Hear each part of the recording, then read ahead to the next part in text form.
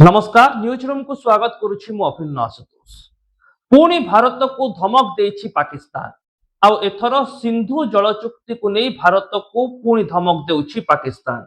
Pakistan people's party रो नेता बिलावल भुट्टो भारत को धमक दे कहिसंती जदि सिंधु जल चुक्ति को भारत अनुपालन न करे तेबे भारत को भयंकर परिणाम भोगिबाकू पड़िबो। पाकिस्तान सबु पॉइंट रु तार युद्ध आरंभ करिबो अर्थात युद्धर धमक देउछंती पाकिस्तानी नेता। दर्शक बंधु, सिंधु जल चुक्ति 1960 मसीहारू कार्यकारी होईछि। एही जल चुक्ति सिंधु जलर राशि को नहीं भारत एवं पाकिस्तान भितरे किछि नियम को लागू करुछि। किंतु जेतेबेले पहलगाम आक्रमण हैला एवं पाकिस्तानी आतंकवादी पहलगाम रे निरीह भारतीय माननकु निपात कले तापर केंद्र सरकार एक बड़ पदक्षेप स्वरूप यही सिंधु जल चुक्ति को बातिल करथिले। सिंधु जल चुक्ति अनुसार सिंधु जलर जो मूल भाग रही ताको भारत एवं पाकिस्तान उभय व्यवहार करि परिबे। एमिति कि पाकिस्तान रो 80% जलसेचन सिंधु जलराशि उपरे निर्भर करिथाय। पाकिस्तान रे पानीय जलर एक बड़ उत्स हेउछि सिंधु जल। किंतु जेहेतु पहलगाम आक्रमण परे भारत निजर आभिमुख्य को स्पष्ट करिछि एवं सिंधु जल चुक्ति को बातिल करि देइछि, एणु वर्तमान पाकिस्तान सिंधु जलर एक बड़ भाग को विनियोग करि पारु नाही।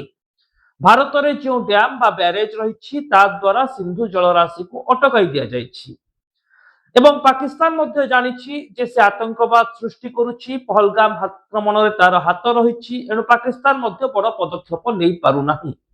किंतु वर्तमान पाकिस्तान रो जने राजनैतिक व्यक्ति बिलावल भुट्टो जे पूर्वरु पाकिस्तान रो वैदेशिक व्यापार मंत्री मध्य रहिथिले, से कहउचंती जे पाकिस्तान भारत को जवाब देबो एवं सिंधु जल चुक्ति को बातिल करा जिबा पाकिस्तान विरोध रे अस्त्र रो प्रयोग बोली धरा जिवो एवं जदि भारत सिंधु जल चुक्ति को कार्यकारी न करे तेबे पाकिस्तान रो सब फ्रंट रो अर्थात स्थल सेना, वायुसेना, नौसेना समस्ते युद्ध करिवे बोली से धमक देउछंती।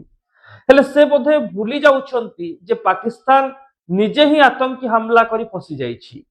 पाकिस्तान प्ररोचित आतंकवादी माने पहलगाम आक्रमण करिबा जोगु केवल सिंधु जल चुक्ति बातिल होई नाही बरम ऑपरेशन सिंदूर रे मध्य पाकिस्तान रो आतंकवादी माननकु कड़ा जवाब देइछि भारत।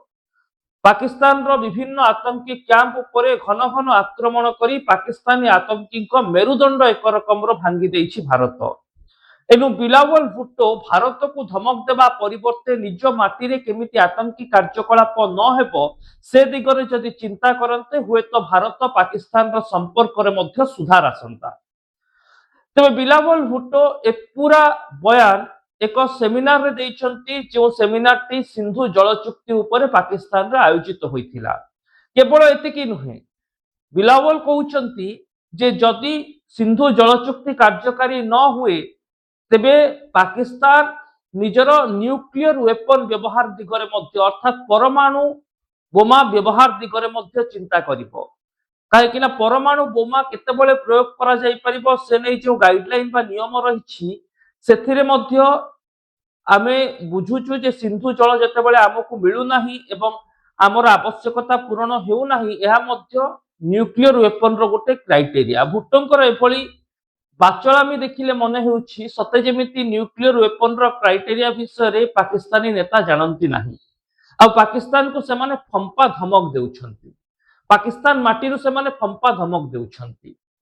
पाकिस्तान माटी से माने भारत विरोध में परमाणु अस्त्र प्रयोग धमक देउछंती। हेले पाकिस्तानी नेता जानि नाहंती अर्थनैतिक क्षेत्र में पाकिस्तान ठारू भारत मजबूत स्थिति रे रहिछि।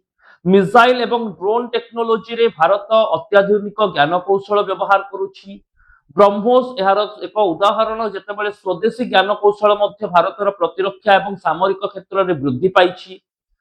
इस्राएल भली बड़ बड़ देश भारत को आर्म्स एंड वेपन सप्लाय करुछंती, जो आर्म्स एवं वेपन्स विश्वस्तरीय।